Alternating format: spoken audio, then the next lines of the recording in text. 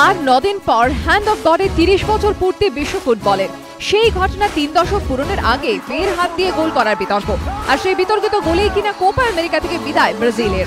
এদিন ম্যাচের 75 মিনিটে পেরুর অ্যান্ডে পোলোর ক্রস থেকে গোল করেন রুই দিয়াজ। বিতর্ক সেখানে, রিপ্লেতে পরিষ্কার দেখা যায় ডান হাত দিয়ে গোল করেছেন রুই দিয়াজ। গোটা ব্রাজিল দল এরপর প্রতিবাদে ফেটে পড়ে। রেফারি আন্দ্রে কুনহাকে ঘিরে ব্রাজিল দাবি করে গোল বাতিল করা হোক, কিন্তু শেষ পর্যন্ত রুই দিয়াজের বিতর্কিত গোলকে স্বীকৃতি দেন রেফারি আন্দ্রে কুনহা। এরপর বিশ্ব ফুটবলে শুরু নতুন বিতর্কের। আধুনিক ফুটবলে আধুনিকতর প্রযুক্তির আমদানি হওয়া সত্ত্বেও কিভাবে নজরে এড়িয়ে যায় এই বিতর্কিত গোল? প্রশ্ন হচ্ছে সহকারী রেফারির ভূমিকা নিয়েও। আর এই বিতর্কিত গোলেই কোপা থেকে বিদায় হলো ব্রাজিলের। এক নজরে দেখে নেব 22 জুন 1986 সালে মারাদোনার হ্যান্ড অফ গড এবং আজকে রুই দিয়াজের হ্যান্ডবল গোল।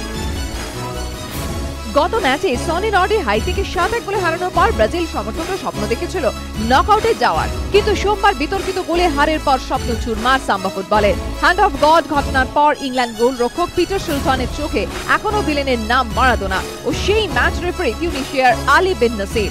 আর সোমবার থেকে ব্রাজিল শিবিরে বোধহয় সবচেয়ে বড় দুই শত্রু হলেন রুই দিয়াজ ও রেফারি কুনহা। এবিপি আনন্দ।